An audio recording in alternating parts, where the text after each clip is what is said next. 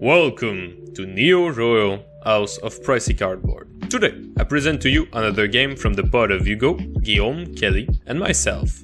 We are running 2 Mardu decks, so it should be packed with action. Hugo is playing his Jirina deck. This is a human tribal that wants to overrun the board with relevant humans, creatures, and tokens while playing a couple of 8 bears and death triggers synergy. I was really underwhelmed by Jirina on release, but honestly, the pumps makes a difference and the tokens are a nice bonus. Guillaume is playing Brokkos, Apex of Forever. This is a mutate tribal deck combining most of the mutates in Sultai and good host with evasion or combat triggers. I must add that Guillaume bought most of the mutates with the promo art and foil, so the deck looks really sweet. Kelly is playing Sir Konrad the Grim. Led by a powerful commander from Throne of Eldraine, the deck wants to mill everyone, dealing damage in the process, and closing the game most of the time by exiling our own graveyard to deal a lot of damage. For myself, I'm playing my VialSmasher and Bruse Tarl partner deck. This is my old Kalia of the Vast deck, tuned to actually cast my bombs and draw a lot more cards than the original list. There is a video on the channel on this deck if you are curious. My opening hand contains Midnight Reaper, Generous Gift, Godless Shrine, Ash Barrens, a Plains, and a Swamp. Not the best hand, I've had to mulligan down to 6, at least I have more than 2 lands and all my colors and a piece of interaction. Kelly's opening hand contains Ghoulcaller Bell, Sewer Nemesis, Millikin, Solemn Simulacrum, Buntu's Monument, Bojica Bug, and a basic Swamp. Only 2 lands but packing 3 ramps and a couple of mill cards, this end seems pretty good. Hugo's opening hand contains Serra's Ascendant, Imposing Sovereign, Increasing Devotion, Odric Master Tactician, Shared Animosity, Path of Ancestry, and a Battlefield Forge. Only 2 lands without ramp or draw. Pretty sure this hand has been kept for the Serra's Ascendant. Guillaume's opening hand contains Baby Godzilla Ruin Reborn, Trumpeting Gnar, Masked Admirers, Silent Arbiter, Jungle Hollow, Common Tower, and a basic island. Well-rounded hand without being insane, a little bit of ramp and a little bit of draw. This is very reasonable. Guillaume gets to start this match. He land drops a Jungle Hollow and gain a life. I land drop a Plane and basic land cycle Ash Baron for a mountain. Kelly land drops a Swamp. She then casts Ghoulcaller Bell. Hugo land drops Path of Ancestry. Guillaume land drops a Command Tower. I land drop a Path of Ancestry. Kelly land drops a Swamp. She casts Millikin. Hugo land drops a Battlefield Forge and casts the terrifying Serra's Ascendant. Guillaume land drops a Swamp. He casts Baby Godzilla Ruin Reborn. I land drop a Mountain. I cast my commander, VialSmasher the Fierce.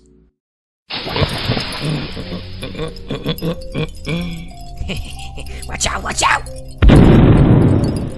I scry 1 from Path of Ancestry. At my end step, Kelly activates Ghoulcaller Bell to mill us 1 card. She then land drops a basic Swamp. She casts Solemn Simulacrum, fetching a Swamp to her battlefield. Hugo land drops a Mountain. He casts Burrow Signet and follow it up with Imposing Sovereign. Ending into combat, the Serra's Ascendant goes to Kelly. Guillaume land drops a Forest. He mutates his commander onto the Baby Godzilla. Brokkos, Apex of Forever.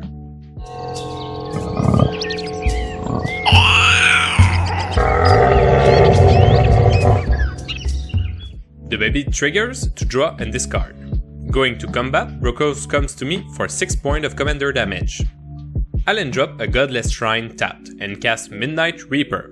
VialSmasher triggers for 3 points of damage to Hugo. At my end step, Kelly taps Ghoulcaller Bell to mill everyone a card. Kelly land drops Bojica Bug and exiles Hugo's graveyard. She casts her commander, Sir Konrad the Grim.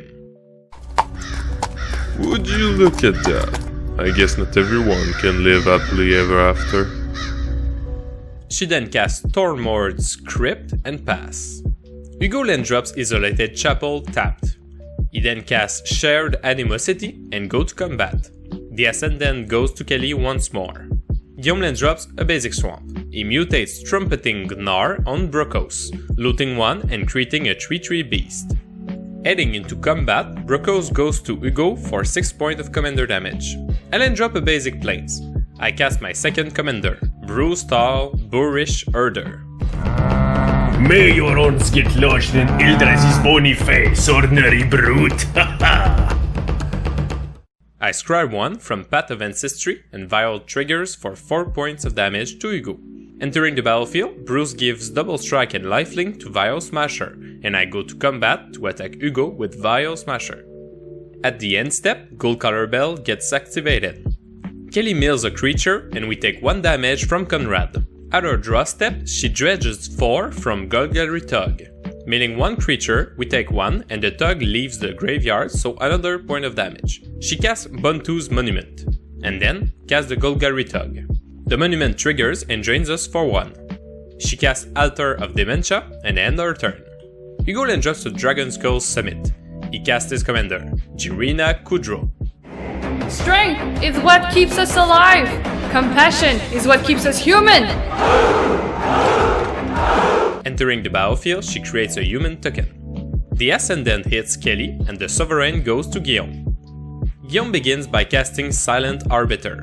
Heading into combat, Brokkos goes to Hugo for another 6. I then land drop a Swamp.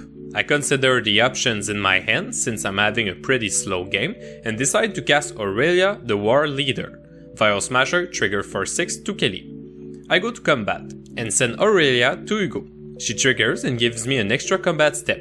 I then send Bruse to Guillaume with double strike and lifelink. That Silent Arbiter is really missing with both Mardu decks. At my end step, Kelly taps Gold Color Bell. We mill 3 creatures, so Konrad triggers 3 times. Kelly then casts Doom Necromancer. Buntu's Monument triggers for 1. She then casts Sewer Nemesis with another Buntu's Monument trigger. Kelly names me with the Nemesis entering the battlefield, but she then flashback Dread Return by sacrificing Solemn, Golgari Tug, and Sewer Nemesis. She brings back Ophiomancer to the battlefield and draws a card from the Solemn. We also take 4 damage from Konrad. At Hugo's upkeep, Kelly creates a 1/1 snake with Dead Touch, but tapped because of the Sovereign. Hugo casts Harmonious Archon. Entering the battlefield, he creates 2 human tokens. He goes to combat and sends a 5/3 human token to me. Guillaume then untap and casts Crescent Grip to destroy the Buntu's Monument. At his end step, Kelly sacrificed the now 3/3 snake to mill herself for 3. 2 creatures hit the bin. I untap and go straight to combat. I send Aurelia to Guillaume, and I get an extra combat step and send Bruse Tarl to Hugo, who blocks with a token. We miss the Konrad trigger on this token. I then try to pull the plug by casting Merciless Eviction to exile all creatures. In reaction, Kelly activates Gold Color Bell. We don't mill any creature. She sacrificed the snake to mill herself for 3 because of the Archon, hitting 2 creatures. She sacrificed Ophiomancer to mill 3 again, hitting 1 creature. Sacrifice Doom Necromancer, no creature. Sacrifice Millikin, 1 creature.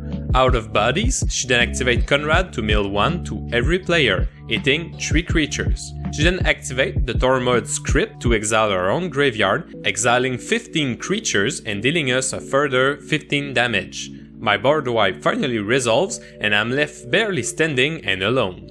I then pass the turn and hope to untap. Kelly top decks and casts Ayera first of Locthwain. She drains my last bit of hope and closes this game. Looking back at this game, we had a lot of combat steps, but very few blocks. The Silent Arbiter from Guillaume really slowed the Mardu decks and protected both Guillaume and Kelly. The Archon from Hugo made a big difference from Kelly's last turn. But most importantly, the Crescent Grip could have destroyed the altar instead of the monument. Let me tell you people, whenever you see one of the 3 altars, always go for them. If they are running it, it's because it serves a role in their deck and you don't want to be at the other end of the cannon. Congrats to Kelly for the win. Our Konrad deck is somewhat budget and can still pack a punch, such an uncommon. Thank you for taking the time to watch this video. Remember to like and subscribe, it helps the channel a lot.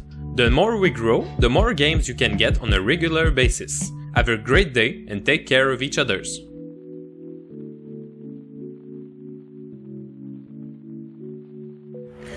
May your horns get lodged in Mr. fucking pirate.